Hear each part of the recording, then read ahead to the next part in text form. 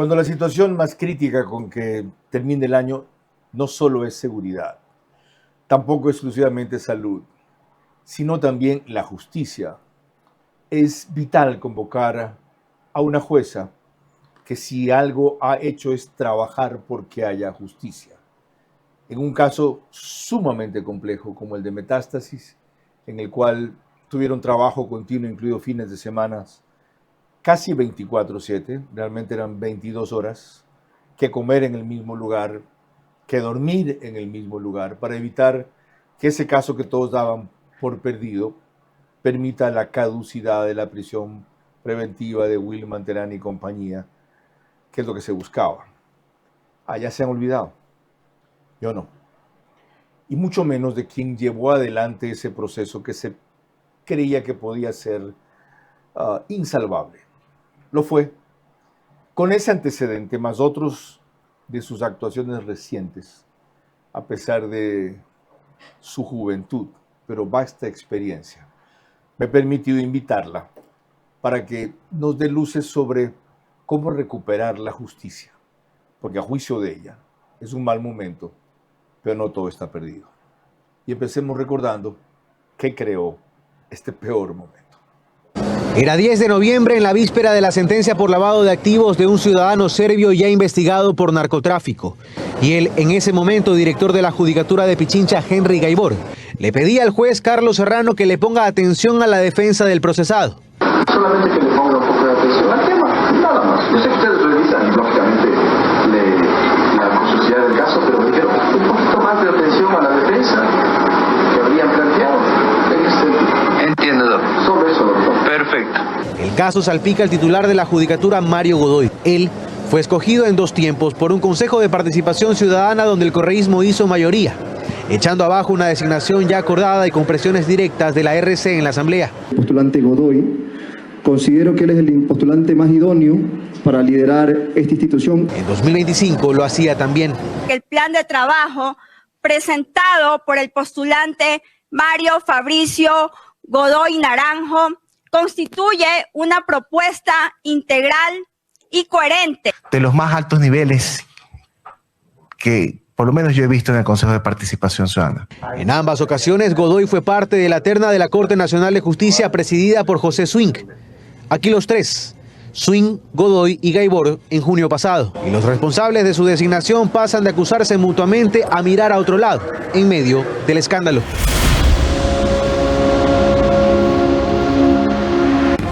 Vera a su manera. Llega gracias al auspicio de... Arrancamos con una convicción y un compromiso, haciendo las cosas bien.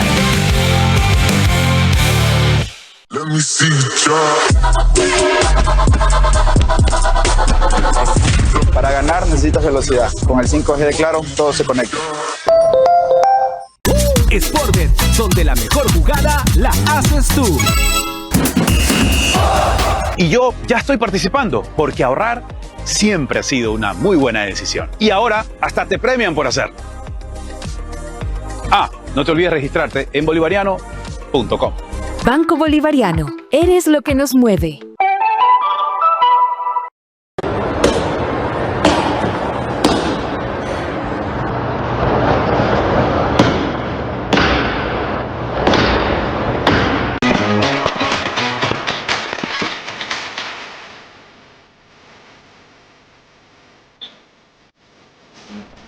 Ahí está Pharmacies.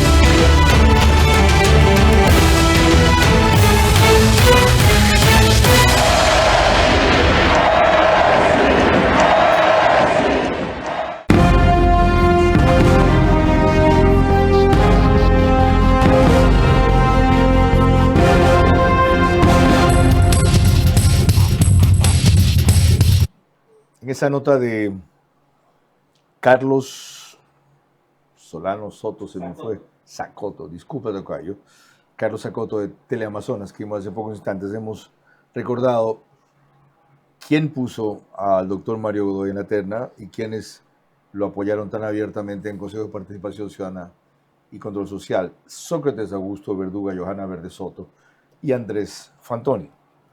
Ahora, para completar la introducción del programa, recordemos los conceptos que nuestra invitada esta noche emitió la única vez que ha estado antes en este espacio de Ver a su manera, a raíz de la gestión, para no llamarla histórica, sin precedentes, que llevó adelante en el caso Metástasis. Los condenados corresponden a personas que están privadas de la libertad o que se presentaron de manera voluntaria a juicio. Uno de ellos, Wilman Terán. Uno de ellos, Wilman Terán, que está privado de la libertad. ¿Fue su compañero en la corte hace un par de años? Fue compañero de la Corte Nacional, sí. ¿Cómo se siente de condenar a un compañero? No se siente, ¿Nada? se juzga, solamente se juzga. Parecía que era lo que terminó siendo después.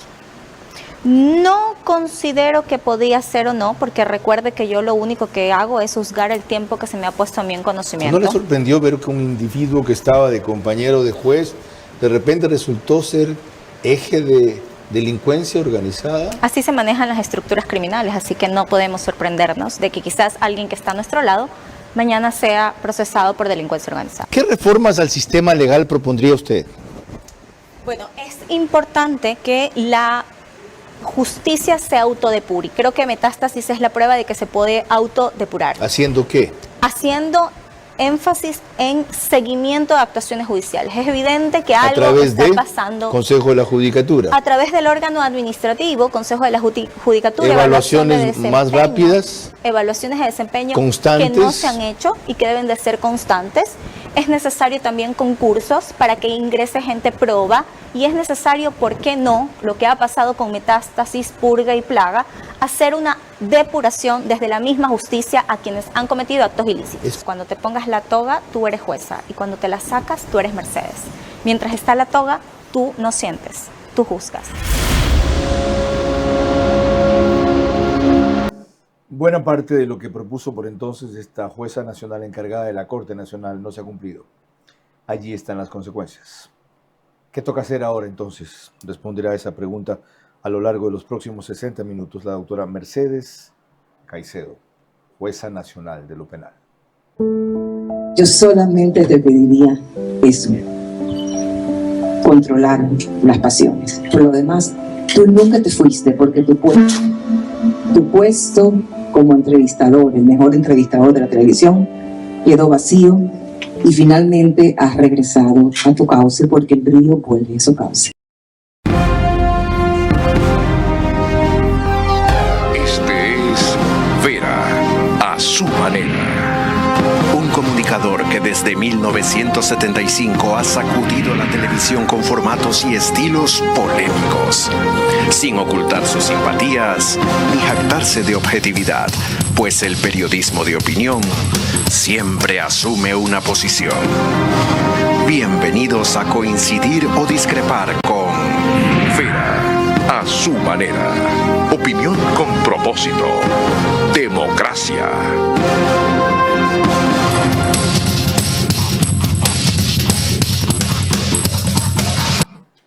Bienvenidos a una entrevista de excepción con alguien que también es excepcional en sus antecedentes, no solo en su edad, para la posición alta que ocupa.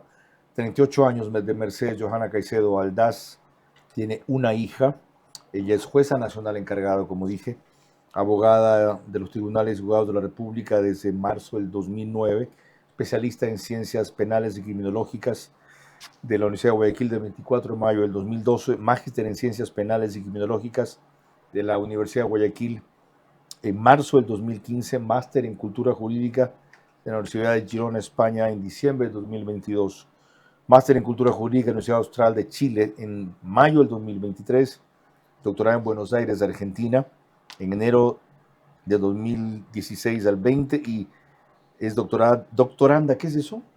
Doctoranda es cuando se está preparando para ser doctora. Actualmente soy doctora en ciencias políticas. En el Centro de Estudios por la Calidad Educativa y la Investigación Científica de México. ¿Concluyó eso ya? Hace un mes me gradué. Felicitaciones. Gracias. No le voy a hacer la misma pregunta que le hice la vez anterior. Híjole. Entre sus publicaciones tiene un tema sobre delincuencia organizada transnacional, autoedición, en el 2015. Doctora, bienvenida. Menos mal, la vacancia judicial le da el tiempo que antes no tuvo. Gracias por la invitación. Y cuando yo titulé el programa ¿Cómo evitar el colapso de la justicia? Cambios, caminos y reformas posibles. Usted me dijo que la justicia no ha colapsado. No hay colapso. ¿Quién ha colapsado? ¿Por qué ha colapsado? Describa usted el estado de la justicia en este momento. La justicia no ha colapsado. La justicia, es administrar y dar a cada uno lo que le corresponde. Lo que ha colapsado quizás son los servidores que no han actuado con imparcialidad, que han actuado bajo presiones. La presión del ente administrativo, la presión mediática, es probable que haya provocado un colapso institucional. Pero no solamente eso, tiene que ver con la administración de los bienes, tiene que ver con los implementos y los insumos necesarios para administrar, tiene que ver con la falta de transparencia, que evidentemente ha generado la falta de credibilidad en la administración de justicia por parte de la ciudadanía. Ya, si tiene falta de credibilidad, ¿de qué sirve lo poco que queda de la justicia? No hay poco que queda, la justicia es justicia. Lo que sirve actualmente es mostrar lo que se está haciendo. ¿Qué es lo que estamos haciendo con lo que probablemente se diga ha quedado?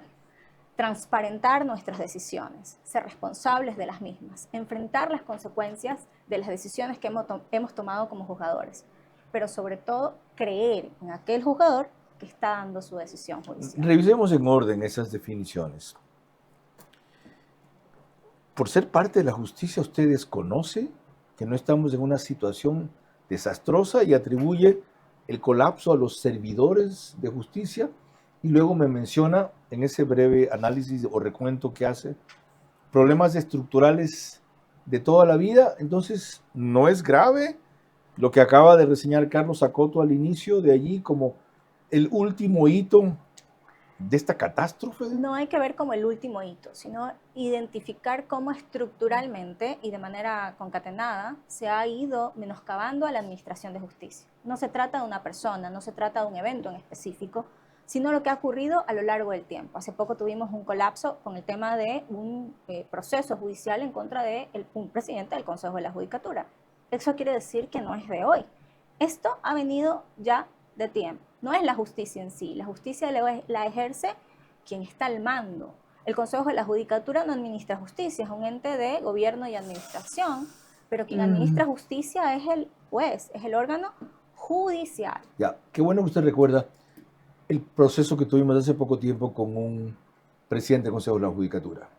La diferencia fue, y la ventaja fue que ese caso cayó en sus manos. De un tribunal que integraban usted, Marco Rodríguez y Pablo Loaiza.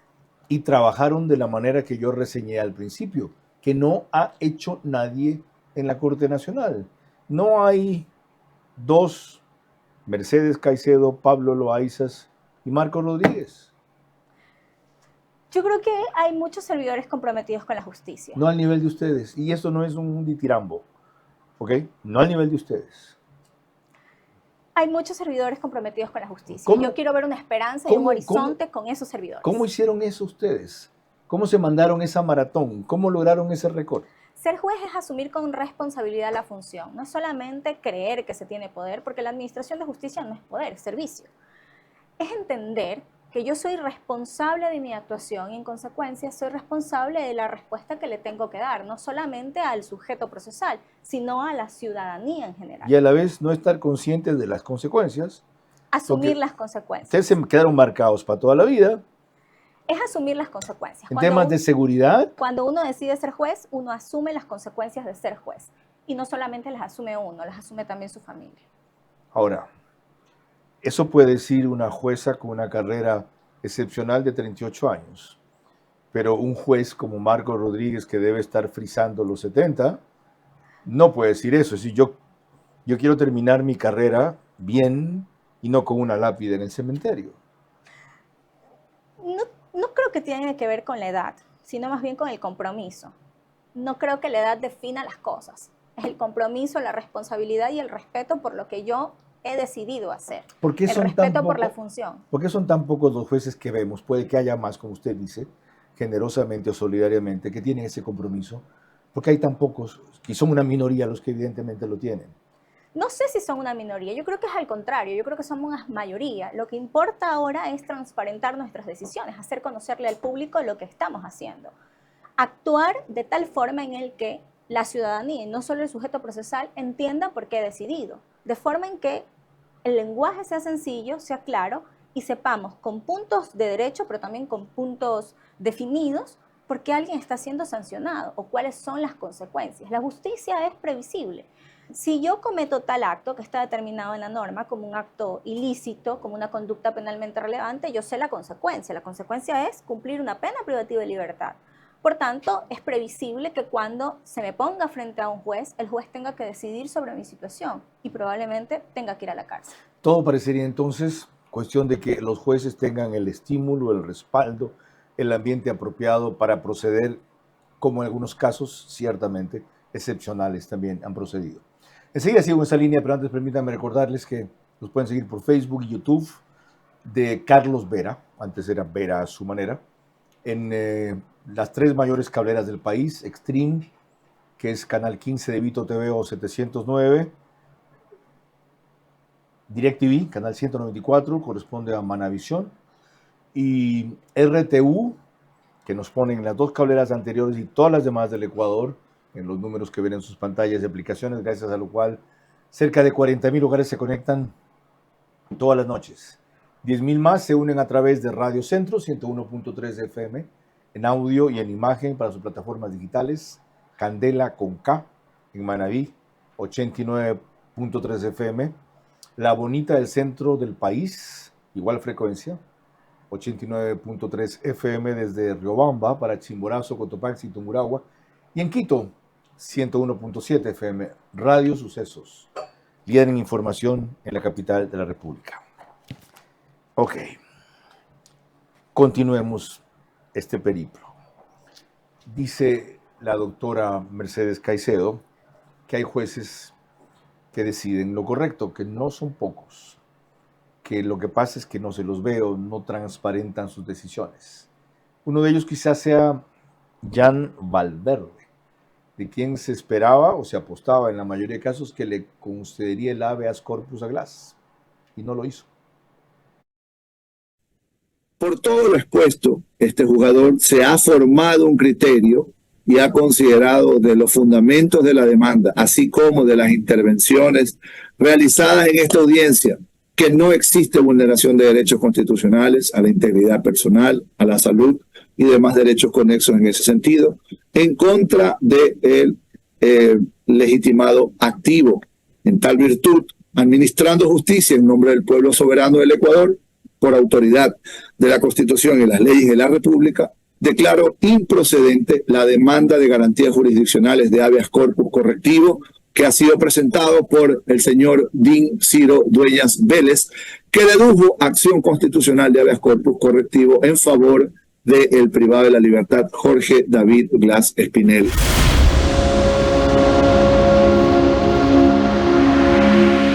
¿Qué me interesa respecto a este caso?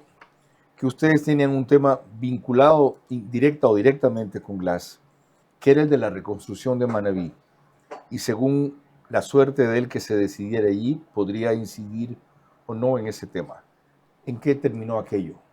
Bueno, nosotros hicimos la audiencia de juicio, integramos el tribunal Marco Rodríguez Ruiz y Javier de la Cadena Correa, se hizo la audiencia correspondiente, se emitió la decisión y el día 24 de diciembre se notificó ya la sentencia por escrito, que tiene una carga argumentativa en donde se explican las razones de la decisión como tal, que implica la imposición de una pena y la determinación evidentemente de que hemos llegado como juzgadores al convencimiento de la existencia de unos hechos, de la existencia de la infracción como tal y de la responsabilidad no solamente de Jorge Glass, sino también de otra persona. El 24 de diciembre notificaron esa sentencia por escrito. El 24 de diciembre fue notificada en razón de la carga de la prueba, que era mayormente documental y debía ser analizada al punto en el que se plasmó durante el desarrollo de la sentencia, se plasma en la sentencia y se la notifica el 24 de diciembre. ¿Cuál habría sido la consecuencia si se le concede el habeas corpus a Glass? Bueno, la consecuencia directa cuando se otorga un habeas corpus es dar la libertad. En otra circunstancia, pues hubiera sido modular un poco el tema de la salud. Es un tema que lo está manejando otro juez y del que yo respeto la decisión, como todas las decisiones que se adoptan por mis compañeros.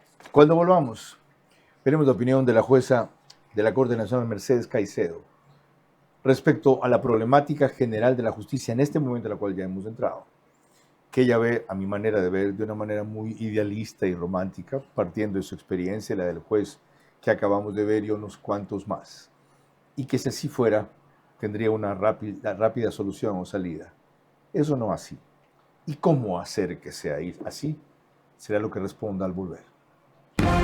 El deterioro y el desprestigio de la justicia ha vuelto otra vez tras Wilman Terán, el periodo peor frente al Consejo de la Judicatura, frenado a tiempo en conjunto por la Fiscalía, la Corte Nacional y la Policía. Ahora, la presión a un juez para atender un caso de la mafia narco debe ser la oportunidad para retomar una depuración inconclusa.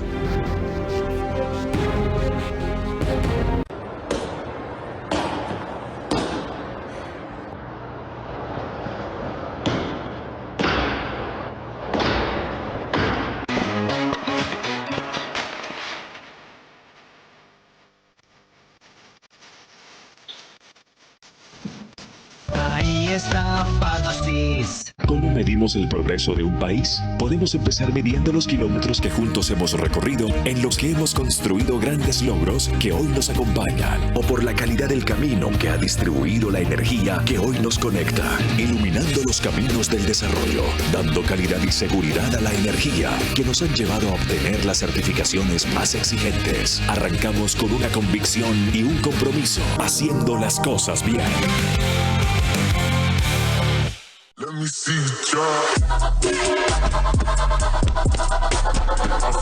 Para ganar necesitas velocidad. Con el 5G de Claro, todo se conecta. Vera a su manera, crítico e independiente.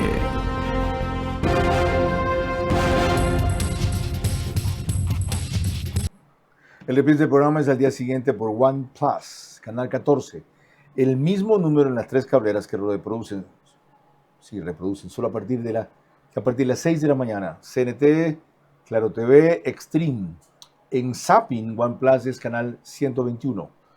El canal de YouTube, Ecuador en Vivo TV, siempre tengo dificultad en recordar el nombre porque antes era Periódico Digital. Lo sube, apenas concluye, y Radio Alborada, 90.3 FM, en Imbabura y Carchi, también pone el reprise, e igualmente al día siguiente, pero desde las 6:30 de la mañana, media hora más tarde que OnePlus. Ok, el toro por los cuernos. ¿Cómo aplicamos esa máxima en el caso del Consejo de la Judicatura en este momento en que parece inminente que el lunes 5 se presente su presidente a dar un informe irremediable, que él renuncie tras eso, no que vaya a un juicio político, por el desgaste que eso generaría en la serie de actores y poderes que vimos al principio en el video de Carlos Acoto, lo respaldaron? Pues cada institución debe tomar las decisiones que conforme a la ley les compete. Es necesario que todas las decisiones se tomen de manera independiente, pensando en la justicia y no pensando en el poder. Es necesario, pero es imposible. Nada es imposible, todo es posible. Más cuando existe gente comprometida con la administración de justicia, pero sobre todo con el crecimiento de este país. Que es la minoría y que es poca. Yo creería que es la mayoría. Yo creería que hay que ser optimistas. Hay que tomar decisiones adecuadas en el momento adecuado y luego de ello no hacer un cambio de manos de poder, sino más bien elegir a la persona correcta. ¿Qué es lo adecuado en el caso del Consejo de la Judicatura? Si por cualquier razón renuncia, lo destituyen, Godoy sale. Tendrá que existir un reemplazo temporal y posterior a ello enviarse una terna por parte de la Corte Nacional de Justicia, en donde le corresponde al presidente emitir quiénes serán los nuevos nombres que deban ser considerados para presidir el Consejo de la Judicatura. ¿Y de dónde sale eso? ¿No es la suplente que se está principalizando estos días a la que le correspondería terminar su periodo de 6 años? Bueno, en lo que corresponde al tiempo anterior, como ha ido ocurriendo, en el caso, por ejemplo, del doctor Román, se lo determinó como reemplazo continuo, es decir, a falta de él reemplazaba temporalmente. Para la titularización se pedía terna a la Corte Nacional de Justicia y cuando la terna ya era enviada se elegía a alguien de esa terna. Así fue como se terminó eligiendo, por ejemplo, a Wilman Terán y posteriormente cuando Wilman Terán sale ante este hecho que llevó a un procesamiento, pues básicamente se envía otra terna, Román asume el cargo temporalmente, el doctor Román, y finalmente en esta nueva terna se incluye, por ejemplo, entre otros, a el doctor Godoy, que finalmente ocupa esa vacante por el tiempo que necesitaba terminarse. Pero ahí era diferente, ahí había un nuevo presidente asumiendo el reemplazo de uno temporal. Ahora habría una nueva presidenta asumiendo el reemplazo de uno titular para 6 años. Tenemos en la judicatura 5 titulares y 5 que son reemplazos, que siguen siendo reemplazos, según lo determinado anteriormente por las decisiones adoptadas. El caso del doctor Román. Eso implicaría entonces que deben elegir a un titular que reemplace y que reemplace ya siendo titular, y el reemplazo actual lo que va a hacer siempre es de reemplazo temporal. El reemplazo entonces no se podría, o la reemplazo en este caso, titularizar. Entendiendo lo que ha ocurrido anteriormente, yo creería, o respecto de lo que ha pasado históricamente, no se podría titularizar. ¿Ese es un precedente que sienta jurisprudencia? No un precedente que sienta jurisprudencia, pero eso es la interpretación que se ha dado anteriormente y es por eso que el doctor Román no ha asumido el cargo de manera titular. ¿Y por qué no darle a otra hora en aras de la estabilidad institucional? Que la suplente quede como permanente titular. Bueno, esa será una decisión que debe adoptar el poder oportunamente, conforme corresponde a las competencias, lo que anteriormente con la ha cual ocurrido. Usted no coincide. ¿Usted cree que, por lo que citó eso, debería volver a la Corte Nacional y la Corte hace otra terna que escoge el CPCCS? Recordemos que la Corte no elige a la terna. Quien elige a los integrantes de la la propone. terna, tampoco. Ni la propone. Quien la propone es el presidente de la Corte Nacional. Él mociona los nombres, nos hace conocer al Pleno de la Corte y finalmente se manda al Consejo de Participación Ciudadana para que se elija. Despacio aquí. Él me dijo la última vez que él propuso a Godoy por segunda ocasión, ayer transmitimos esa parte, pero que fue el Pleno quien lo aprobó. En el primer momento, porque recordemos que el doctor ha estado en 2 ternas, sí, ¿verdad? En la primera terna que estuvo se nos dio a conocer los nombres de los integrantes de la terna. No lo aprobamos, se nos dio a conocer los nombres. Tampoco se opusieron. No nos opusimos porque está siempre la teoría que ha tenido, la interpretación que ha tenido el Pleno de la Corte es que esa atribución le corresponde al presidente de la Corte Nacional, que en este caso es el presidente encargado. Por tanto, respetuosos de las atribuciones que a cada uno le corresponden, lo que hicimos fue conocer la terna enviada. Esa fue la primera terna, para que complete el periodo de la titular anterior, en donde el doctor Godoy pues, estuvo un tiempo determinado, ¿cierto? En la segunda terna, que es la actual, en donde tenemos ya corriendo un nuevo periodo, en esa segunda terna lo que se hizo por parte del Pleno de la Corte fue sugerir, entre otras cosas, un nombre. El nombre que se sugiere fue el de Marco Rodríguez Ruiz, que fue incluido como uno de los integrantes de la terna, me parece que estuvo en primer lugar en la terna. Él encabezaba. Los otros 2 integrantes de la terna fueron decisión exclusiva del presidente. Segunda fue Alexandra encargado. Villasís. Y tercero era fue otra persona. No, el doctor Godoy entra al final. Cierto. Estuvo otra persona, me parece que era un doctor Toro, Ajá, que luego es excluido de la terna, se emociona un nuevo nombre, se incluye al doctor Godoy por parte del doctor Swing, se nos hace conocer que se estaba buscando nombres, se propone por parte de una de las magistradas de la Corte Nacional un nombre, básicamente respetuosos de las atribuciones de cada uno de los magistrados y sobre todo el presidente, no se hubieron oposiciones.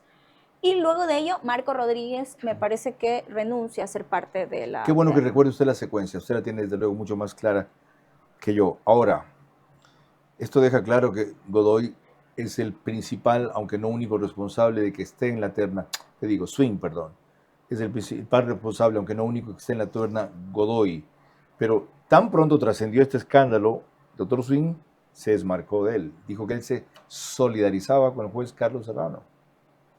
Yo creo que no hay que buscar responsables. Yo creo que cada quien debe hacerse responsable, sí, pero en este momento no es momento de buscar responsables, es momento de actuar de tal forma en que se dé una solución inmediata. Yo creo que eso es vital, buscar responsable para ver quién se equivocó, pues. Más aún si el caso vuelve a la Corte Nacional. Pero, ¿otra vez va a ser Swing quien nomine? buscando responsables, realmente no llegamos a un horizonte. Lo que creo yo que si se envía terna, pues las cosas deberían un poco ir cambiando. Ya el Pleno debería interpretar que la responsabilidad gigante que se le otorga al presidente de la Corte debe ser ya compartida, hacernos responsables todos de a quienes se incluyen en esa terna y por tanto de quienes van a asumir el Consejo de la Judicatura, teniendo claro que quienes van a asumir las funciones del Consejo de la Judicatura no pueden intervenir en decisiones jurisdiccionales, que los jueces somos independientes. Con los antecedentes citados, sí. Si el desenlace de este caso es ese, debe ser una responsabilidad del Pleno de la Corte Nacional, y no solamente de su presidente, quien ocupe el Consejo de la Judicatura. Con más de esto, por lo cual tiene que pasar la justicia para reconstituirse, volvemos enseguida. El deterioro y el desprestigio de la justicia ha vuelto otra vez tras Wilman Terán, el periodo peor frente al Consejo de la Judicatura, frenado a tiempo en conjunto por la Fiscalía, la Corte Nacional y la Policía. Ahora, la presión a un juez para atender un caso de la mafia narco debe ser la oportunidad para retomar una depuración inconclusa. Con Sportbet, apuéstale a tu ritmo. Sportbet, apuéstale a tu ritmo. Yo con Sportbet voy a ganar. Junto a mis panas pronosticar. Apuéstale a tu ritmo con Sportbet. Porque con Sportbet siempre ganas. Con Sportbet, apuéstale a tu ritmo. Sportbet, apuéstale a tu ritmo. Pronostica y gana, gano yo, gano mi pana. Con Sportbet todo gana, gana, gana, gana. Apuéstale a tu ritmo. Sportbet, donde la mejor jugada la haces tú. Hoy se siente en el aire una vibra distinta, una señal que despierta y el país lo pinta. Un paso firme que rompe la rutina, los que conectan lo que de verdad nos anima. Todo se conecta cuando caminamos juntos, cuando los sueños se iluminan y se abren los mundos. Todo se conecta, todo se acerca, señales que llegan rompiendo barreras. Todo se conecta, mañana te espera, sintiendo tus sueños más cerca de ti. Todo se conecta, todo se acerca, señales que llegan rompiendo barreras. Todo se conecta, mañana te espera, sintiendo tus sueños más cerca de ti. Todo se conecta, tenemos todo cerca de ti. Todo se conecta,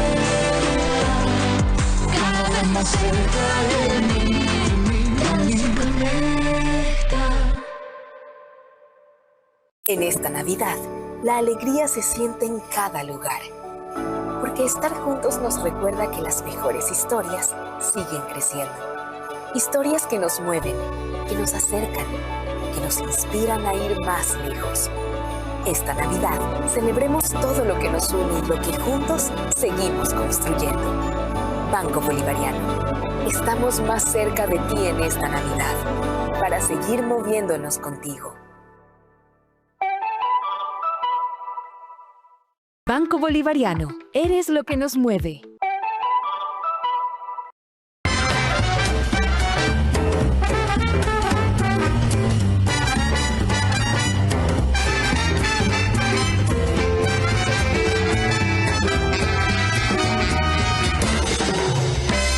Hoteles Oro Verde, la Navidad que deseas sentir. Vera a su manera, crítico e independiente.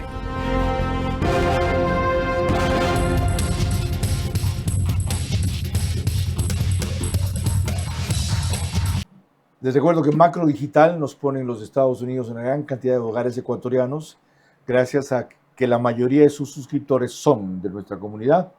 También lo hace en España a través de Hispasat. En Estados Unidos más o menos 15.000 hogares se conectan. En el Ecuador miles más, pero no hay métrica de eso, porque es en 21 provincias, especialmente Galápagos. En Colombia una cablera y en Perú, otra. Allá es Zapping. Ahí sí somos canal 129, Macro Digital. Y por lo tanto, el único canal ecuatoriano, el único programa ecuatoriano que sale en Perú. Para entrar al fondo de todo esto, hablamos el sábado pasado con César Ron de que todos los gobiernos quieren controlar la justicia y también el CPCC. Todos los gobiernos, todos, incluido este. Si yo controlo el Consejo de Participación Ciudadana y Control Social, entonces ya deja de ser malo. Si yo controlo el Consejo de la Judicatura, entonces ya no es malo.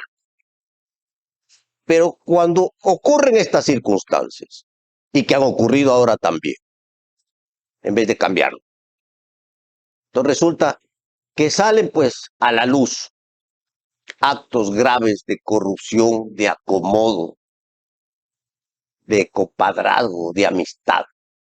Y todo el sistema no funciona.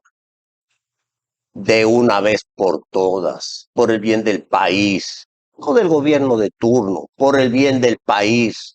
Estas instituciones tienen que cambiar. Y cuando la justicia tenía un sistema de cooptación, ¿no es cierto? Y había una Corte Suprema de Justicia, y había las salas especializadas, y controlaban a la Sala Constitucional, que era una parte de la Corte Suprema de Justicia, y no un ente independiente de semidioses como tenemos el día de hoy.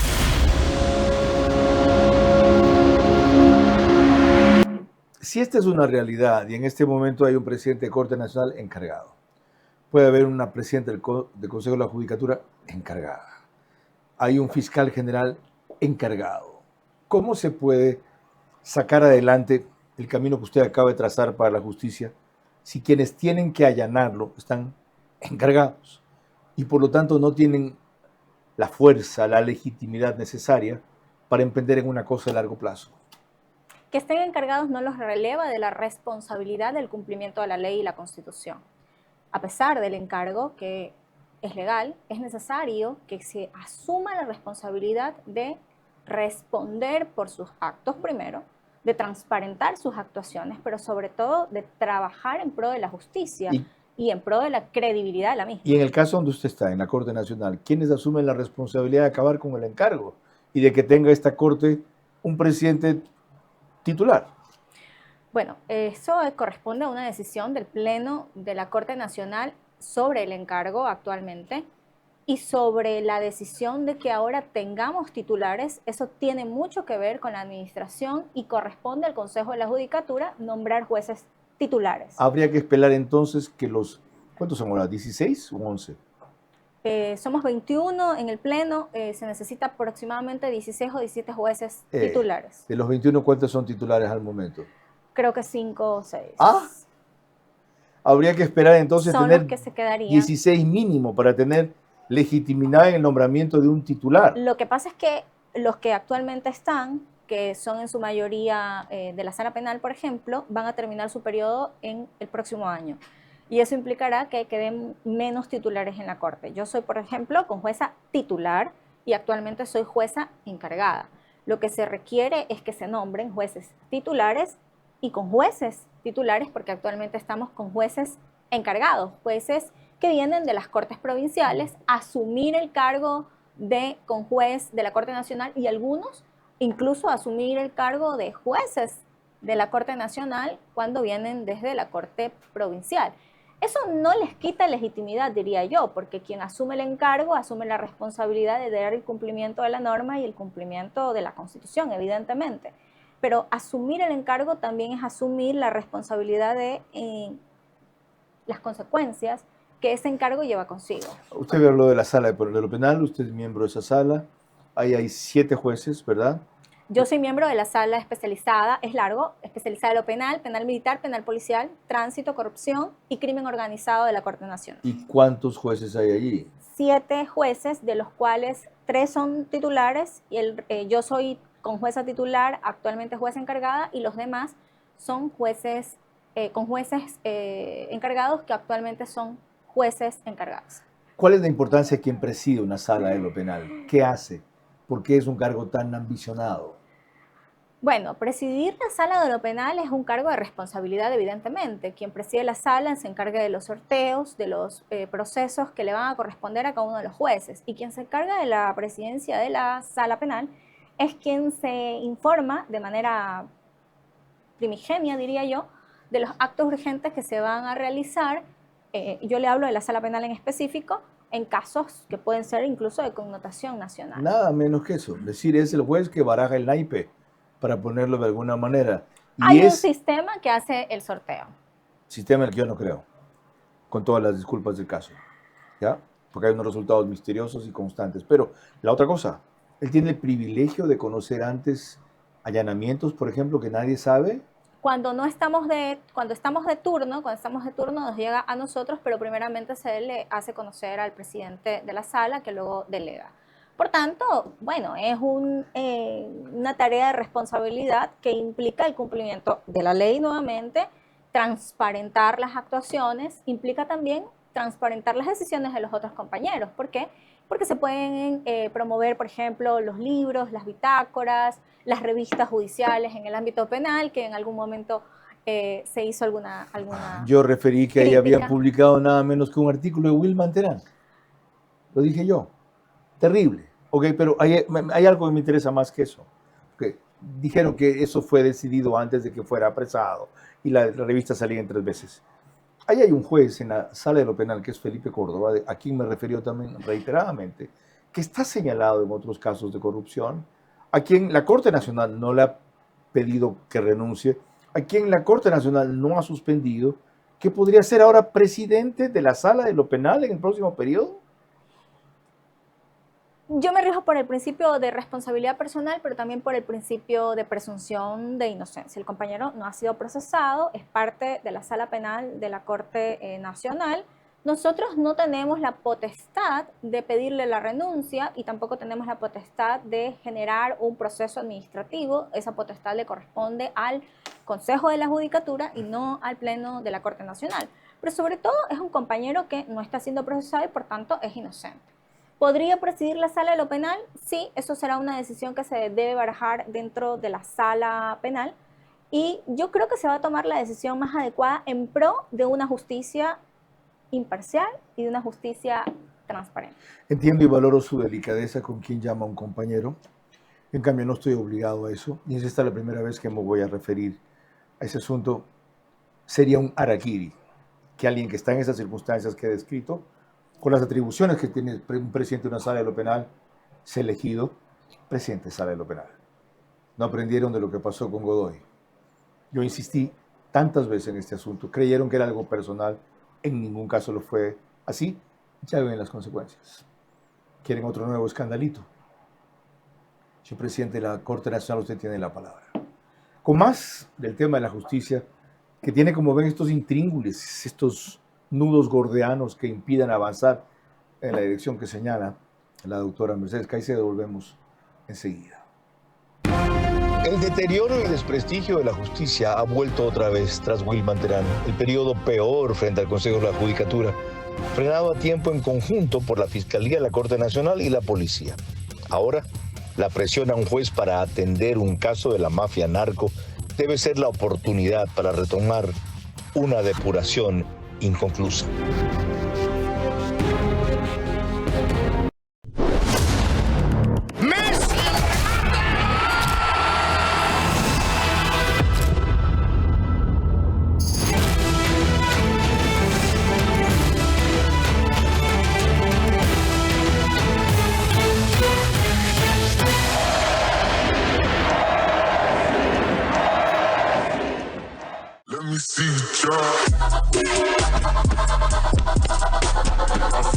Para ganar necesitas velocidad. Con el 5G de Claro, todo se conecta.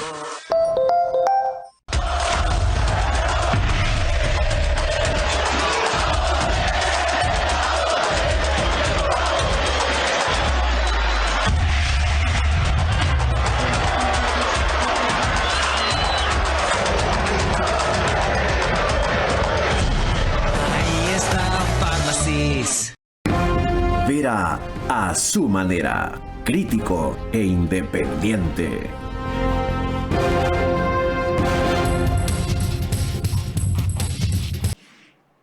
El canal 24/7 sube este programa una hora antes de la hora oficial, es decir, a las 21 horas en todos los medios y aplicaciones que ven ustedes en su pantalla, mientras que lo grabamos en forma diaria en el estudio de podcast de Radio Centro 101.3 FM.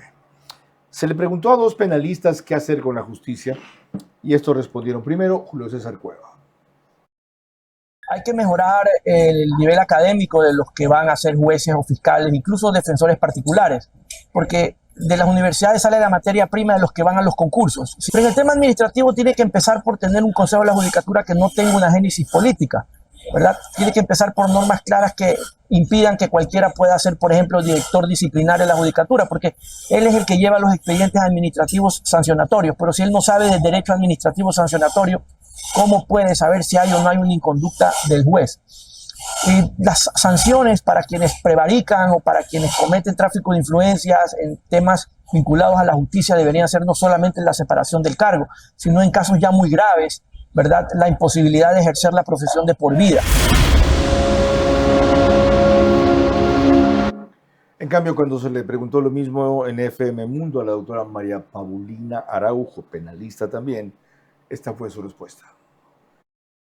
Si eres correcto, fregaste, porque igual te van a llamar. Si no aceptas la llamada, cuidado, que te pueden amenazar. Y si te quejas mucho, tendrás que renunciar, porque no sirves dentro de un esquema que al parecer el que recibe la llamada, el que se reúne, el que está dispuesto a pactar con el poder que usted guste, poder político, poder económico, poder criminal. Al parecer esa gente es la que hoy por hoy es la apta, a criterio de muchos, para tomar las decisiones. Al parecer, se cree también que los altos cargos son ir a dar conferencias en el extranjero. Y prácticamente, perdónenme, o sea, sí en la justicia, parte administrativa y disciplinaria, y luego quienes deciden en los procesos, hay gente con un mínimo de decencia que se hagan un autoexamen y sean personas que privada y públicamente puedan demostrar una trayectoria limpia. De lo contrario, den un paso al costado. Es lo ideal, pero no es lo posible. O sí, a corto plazo. Es posible, pero yo creo que no hay que centrarse solamente en los jueces y el personal administrativo. Hay que centrarse en todo lo que compone la justicia como tal, que incluye a los defensores particulares. ¿Por qué nunca llegamos a eso?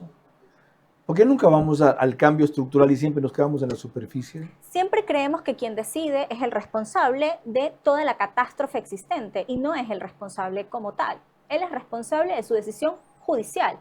Quien le aporta la información necesaria para que tome las decisiones son los sujetos procesales. Por tanto, esto debe ser un trabajo en conjunto. Metástasis, por ejemplo, es la muestra de la corrupción judicial que no solamente se centró en los jueces, sino en fiscales y en defensores particulares que habían ejercido actividades dentro de una estructura criminal. Y esa es la muestra o la radiografía de lo que actualmente podría estar pasando y que es necesario terminarlo. De acuerdo, la corrupción pública no sería posible sin la corrupción privada que la cicatea, la estimula, medra de ella, lo que sea. En ese sentido, procedió bien el juez Carlos Serrano al decir, voy a grabar esta conversación, que me parece sospechosa, al contestar, como vimos hace un rato en la nota de Carlos Acoto, perfecto, entendido, y luego al decir, yo no voy a firmar esta sentencia por las presiones que he recibido. Yo creo que esa es una pregunta bastante interesante, pero también difícil de responder. Hay que solidarizarse con el juez Serrano, indudablemente. Nadie, ningún jugador debe ser intimidado y ninguno de nosotros puede perder la imparcialidad. Yo tengo una frase que es que cuando el juez tiene miedo debe colgar su toga e irse a su casa. Irse a su casa porque ya no es independiente para tomar una decisión adecuada. Pero eso no implica perder la responsabilidad. Indudablemente eso implica una decisión no solo de él, sino de su familia completa, porque recuerde que cuando nosotros tomamos decisiones, la afectación no es solo para nosotros, sino para nuestro núcleo también. ¿A usted le ha amenazado igual o peor y usted no se ha ido? Eso no deja de lado la responsabilidad. Hay que asumir, cuando nosotros asumimos el cargo, asumimos la responsabilidad, pero también la consecuencia. Al precio que eso tiene en su vida personal, particular, familiar. No lo voy a centrar solo en el precio que tiene para mí. Yo creo que es el precio que tiene para todos quienes hemos asumido este cargo y hemos decidido enfrentar el cargo con responsabilidad, con transparencia, con motivación respecto de por qué hemos tomado las decisiones. Y creo que son muchos. No podría yo ser egoísta y centrarlo en mí o en el juez Serrano o en algún otro juez que haya sido intimidado, porque yo sé que existen muchos más que aun cuando han tenido presiones, han sabido dejarlas de lado y mantenerse firmes y respetar aquel compromiso que se dio cuando asumieron el cargo. Ya en lo jurídico, ¿qué pasa si alguien, por cualquier circunstancia, deja un proceso como este y no firma la sentencia? Es decir, lo que emitió oralmente no lo pone por escrito. Bueno, hay escenarios diversos. Si la decisión fue tomada de manera unánime, la pueden firmar 2 de los magistrados y otro se encarga por la ausencia temporal. Si es por la ausencia temporal, entonces se siente razón de que el otro integrante del tribunal no está en funciones. Si se fue de manera definitiva, entonces se pone un reemplazo que hace un voto salvado porque no estuvo en la audiencia.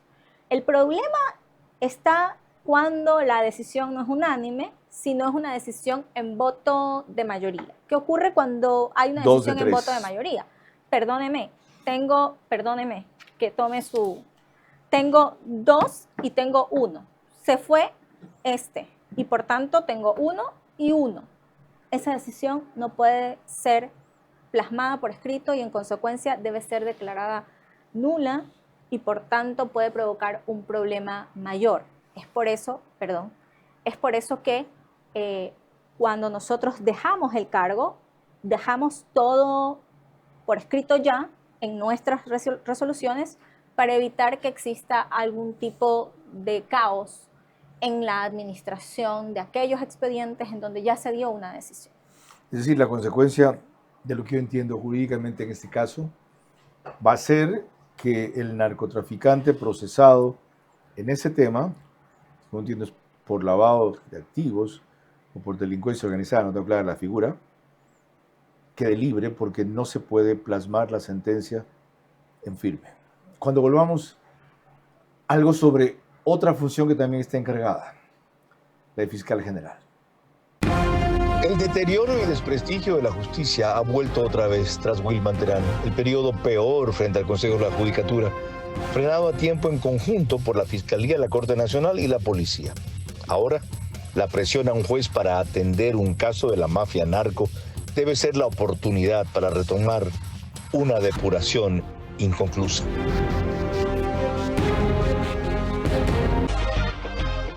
¿Qué harías si te ganaras un carro? $5.000 en efectivo y un televisor diario. Suena como un sueño, ¿verdad? Pues no lo es. Por cada $30 que ahorres y los mantengas en tu cuenta, participas por estos increíbles premios. Tú puedes ser uno de los 100 ganadores. Es así de fácil. ¿Qué estás esperando? Y yo ya estoy participando porque ahorrar siempre ha sido una muy buena decisión. Y ahora hasta te premian por hacerlo. No te olvides registrarte en bolivariano.com. Banco Bolivariano. Eres lo que nos mueve.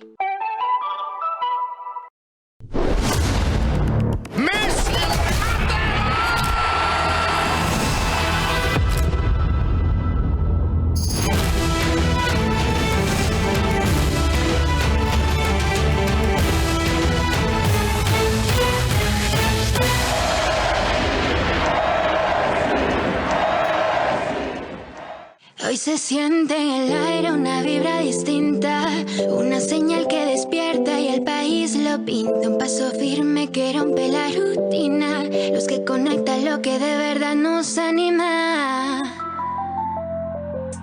Todo se conecta cuando caminamos juntos, cuando los sueños se iluminan y se abren los mundos. Todo se conecta, todo se acerca, señales que llegan rompiendo barreras. Todo se conecta, mañana te espera, sintiendo tus sueños más cerca de ti. Todo se conecta, todo se acerca, señales que llegan rompiendo barreras. Todo se conecta, mañana te espera, sintiendo tus sueños más cerca de ti. Todo se conecta, estoy más cerca de ti. Todo se conecta, cada vez más cerca de mí. Todo se conecta.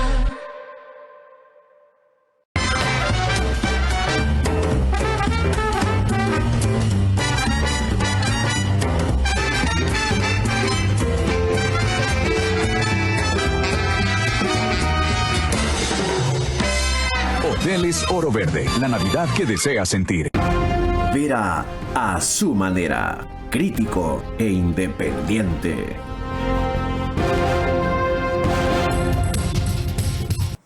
Hay un fiscal encargado y hay un concurso en marcha para elegir nuevo o nueva fiscal titular. Sobre eso, alguien que dijo que no descartaba la posibilidad de participar tuvo recién esta opinión. Este proceso, Carlos, debió haber durado para la selección de la comisión 60 días, prorrogables por 30 más. Esto fue en junio. No se han prorrogado. ¿Cómo están actuando ellos por fuera del tiempo? Nadie lo entiende. O bien que quieren que el concurso se malogre y que nadie postule, porque a mí, usted me ha preguntado inclusive si yo tengo interés en postular y siempre le he dicho que yo no lo descarto.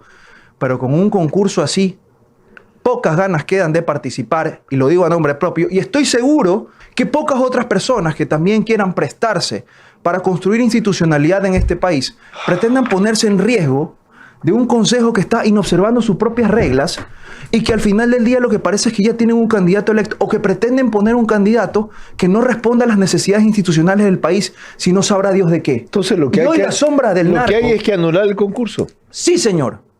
Y lo dicen las potestades. Para mí este concurso que ya está mal hecho, que ya está tarde, que ya está extemporáneo, no es subsanable. No es subsanable. Esto no es subsanable. El Ecuador no puede tener cualquier fiscal o fiscal general del Estado.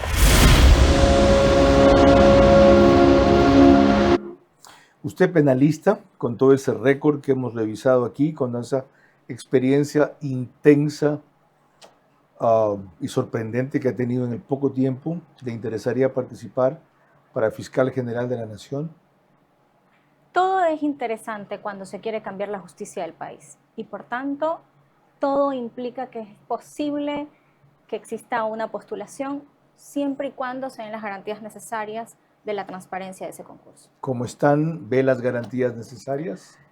Está tardado, pero indudablemente es necesario que ya se nombre un nuevo fiscal y por tanto no creería yo que sea posible una nulidad, sino que se subsanen ciertos errores que hubieran ocurrido y que luego de ello pues se inicie con el proceso ya del concurso como tal. Doctora Mercedes Caicedo, gracias por su presencia, por la claridad y sutileza de sus definiciones, que son terriblemente reveladoras e inusualmente esperanzadoras sobre lo que se puede hacer en la justicia. Ella seguramente juzga por su condición, por lo que ella pudo hacer, ha podido hacer y está pudiendo hacer en circunstancias que, insisto otra vez, para mí son excepcionales, no son únicas, pero sí son escasas. Esa es una gran señal de una jueza de la Corte Nacional de Justicia, en donde en este momento en verdad recae la posibilidad de recuperar el nivel de la justicia, retomar su orientación y dar muestras de depuración si empiezan ellos haciendo lo necesario. Es decir, aquí no más un presidente encargado, hay que elegir un presidente definitivo, para eso hay que proceder a que tengan un mínimo número de jueces titulares, que deberían ser 16 de los 21.